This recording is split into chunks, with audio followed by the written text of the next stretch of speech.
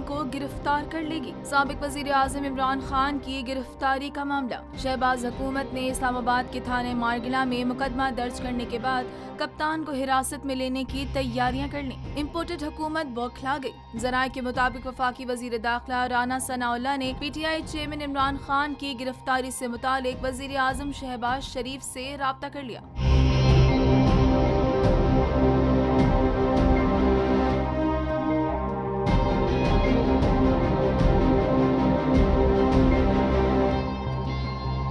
वज़ीर आज़म शहबाज शरीफ ने राना सनाउल्लाह को हिदायत देते हुए कहा कि इमरान खान की गिरफ्तारी बहुत बड़ा मामला है, इसमें जल्दबाजी से काम ना लिया जाए। बेहतर होगा कि इस मामले पर तमाम इत्तेहादियों से मुशावरत करके एतमाद में लिया जाए। वज़ीर आज़म की हिदायत पर वज़ीर दाखिला राना सनाउल्लाह ने इत्तेहादी जमातों के रहनुमाओं से राब्ते शुरू कर दी। इत्तेहादी जमातों के सरबराहों ने आईन और कानून के मुताबिक इक़दाम उठाने पर जोर दिया।